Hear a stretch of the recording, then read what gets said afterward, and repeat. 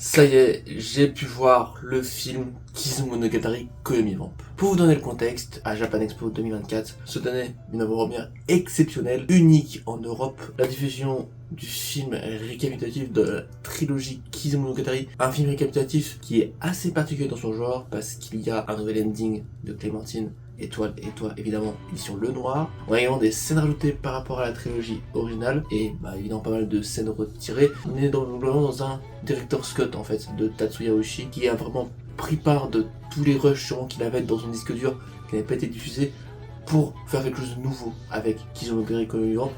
Et ça fonctionne super bien, franchement je suis tellement content d'avoir vécu ça. Du coup, en exclusivité, je sais pas si ça va être diffusé plus tard en France ou pas, franchement je sais pas. Bonne chance à vous si vous l'avez pas vu. Et donc je vous en parle parce que moi, Kizumonogatari c'est de cœur évidemment, c'est la trilogie de films d'animation qui m'a le plus marqué. Parce que déjà c'est dans l'univers de Monogatari qui est une de mes œuvres préférées. Et en plus c'est quand tu as commencé à voir Monogatari avant tout ça, pas mal de saisons, tu commences à te poser pas mal de questions. Et là c'est vraiment le retour aux sources, le retour en arrière, vraiment comment tout a démarré. Et ça c'est la base on va dire de Kizumonogatari, c'est vraiment l'explication de tout ce qui s'est passé à travers une animation et une direction artistique qui est totalement folle. Et rien que pour ça, si vous avez jamais vu Kizumonogatari, je vous conseille vivement d'aller le voir sur la trilogie ou le film récapitulatif.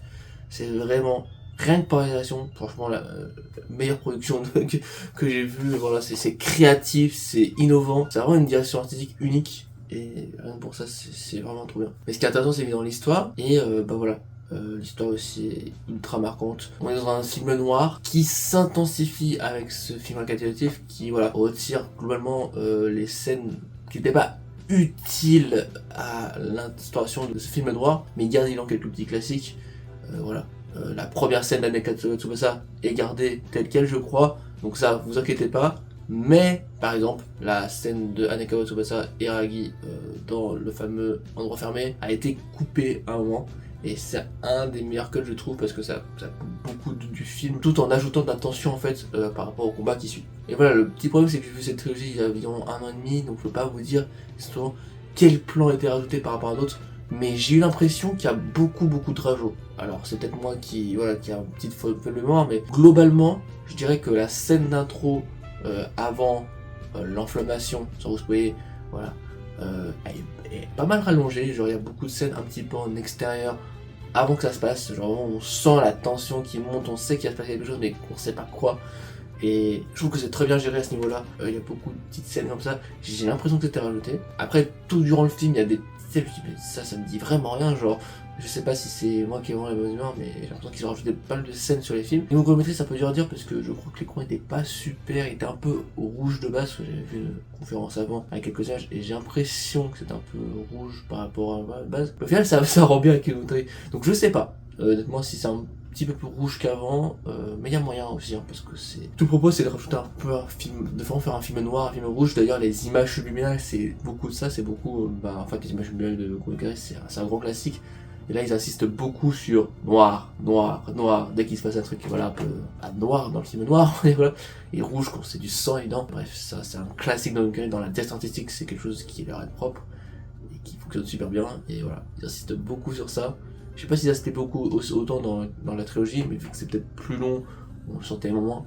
Là, on le sent vraiment que c'est très important pour Tatsuya Oshii d'avoir fait ce genre de choses. Et là où j'ai senti d'avoir le plus de rajouts, et j'ai trouvé ça super marquant, c'est lors du fameux combat Quixote vs Aragi, qui est l'un des combats de la Japanation les plus incroyables. Et là, ce qu'ils ont fait, c'est que c'est un peu moins dans le fait de se battre vraiment sans s'arrêter, il y a un peu plus de dialogue, notamment au début du combat. On apprend plus, je trouve, sur les intentions un peu d'Aragi et de Quixote, et je trouve ça super intéressant. En fait, ça permet d'ajouter plus de tension au combat, plus de valeur au combat, et de un peu shonenifier le tout, plus qu'il ne l'est déjà. Et en fait, j'ai l'impression que, parce que j'ai vu des retours sur ce film, qu'il y a des personnes qui n'aiment pas trop Kizumonogatari, la trilogie, notamment à cause des scènes qui ont été retirées là, un peu ecchi, tout ça, avec Anekawa, mais c'est quelque chose qu'elle donne à Aragi dans la trilogie, elle le donne pas dans le film Koyomi Vamp, mais ça servait pas à grand chose, c'était juste vraiment un peu du fanservice quoi. Mais du coup en fait c'est vraiment cette symbiose qu'il y avait, on va dire, entre le côté un peu glamour et le côté film noir, est toujours présent dans Koyomi Vamp, mais c'est plus fin. C'est plus en termes de chara design, de regard qu'avaient les personnages, tu vois. On sent qu'il y a du désir en fait. Et c'est beaucoup plus fin qu'avant où c'était vraiment des scènes explicites. Comme je dis, on a toujours la scène d'intro d'Anekawa parce que voilà, il pouvait pas la louper, je pense. Malheureusement, c'est la scène classique, quoi, on va dire. Mais tout le reste, ils ont plus ou moins retiré, donc c'est cool, je trouve, pour ajouter dans le film noir, dans la tension, c'est ce qu'il fallait faire. Et donc oui, Kishota Aragi, en fait, c'est pas mal de scènes vraiment qui étaient super bien dans le combat. Ils les ont retirés, genre techniquement, le moment où Aragi court tout autour du stade, un peu sur des barres là, un peu avec une 3D bizarre, mais je crois que ça se fonctionnait super bien. Et ben ils l'ont retiré, mais ils ont mis des scènes qui étaient mieux que ça. Regardez comme il y a beaucoup de scènes, mais j'ai l'impression que voilà, il y a pas mal de scènes qui ont été rajoutées. Alors après quand j'ai re-regardé vite Aragi vs Killshot, pas autant que je pensais, mais je sais qu'ils en ont rajouté, j'en suis sûr. Et je sais pas vous dire combien c'est de pourcentage dans le film. Ça se trouve c'est genre 5%, ça se trouve c'est 25%, je pense pas quand même, mais voilà, de nouvelles scènes. Parce que je pense qu'en fait il a dû juste trifouiller dans son disque dur et dire ah putain mais il y avait ce plan aussi qui était pas mal. Et puis si je le rajoute entre ce plan là et ce plan là, ça fait une belle coupure. Par exemple le plan où Aragi perd son bras et il y a un espèce de fil là, il le remet.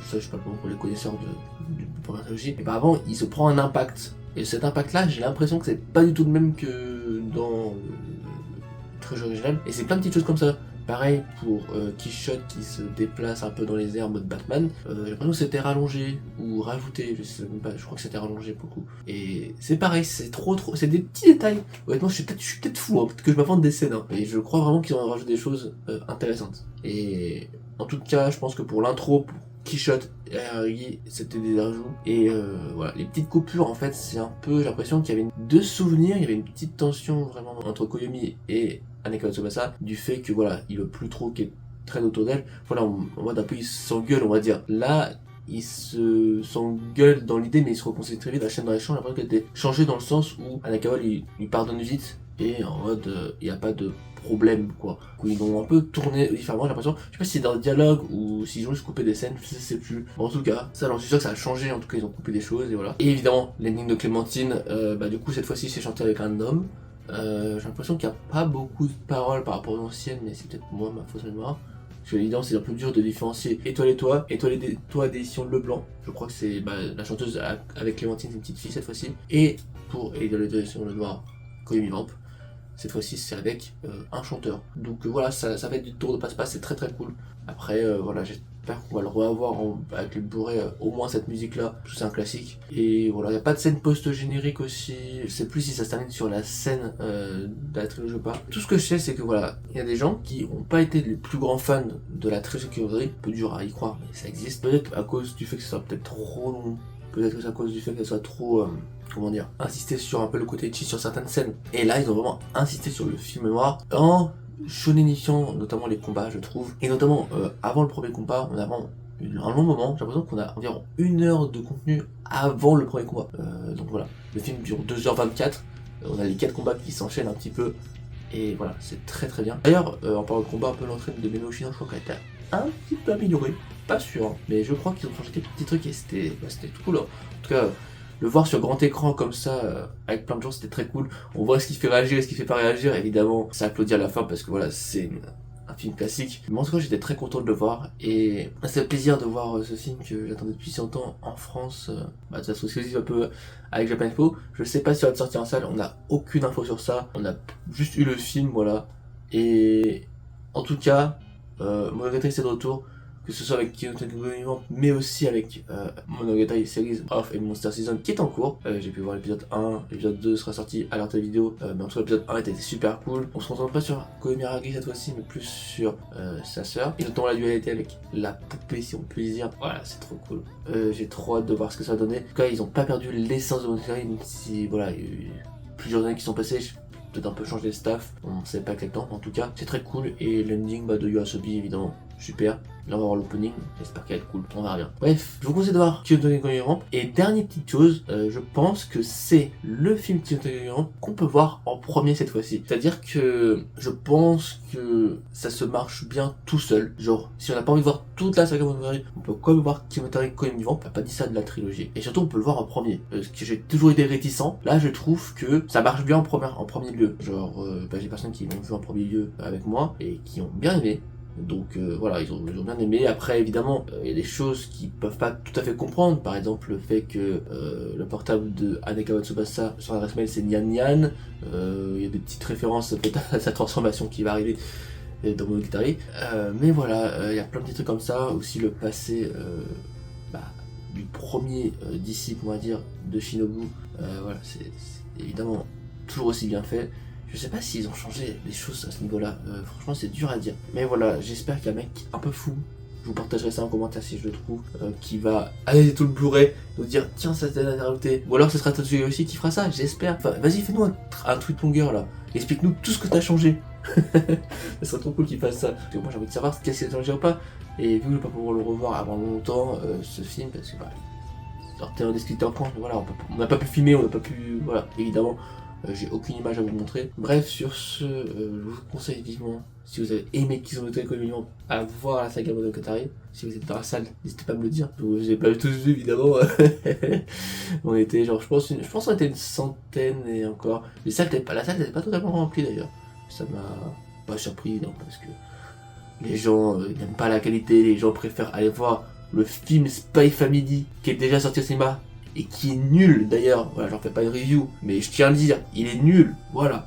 Bah en vrai, je comprends pourquoi ils sont allés le voir, parce qu'il y avait la studio de Your Forger également. Donc ça c'était au même moment que à Japan Expo. Oh, c'est les projections du soir. Mais voilà, là c'était l'exclusivité japonaise en France. Pour le coup, j'étais trop content d'aller le voir. Et bon, je suis parti des quelques élus, on va dire.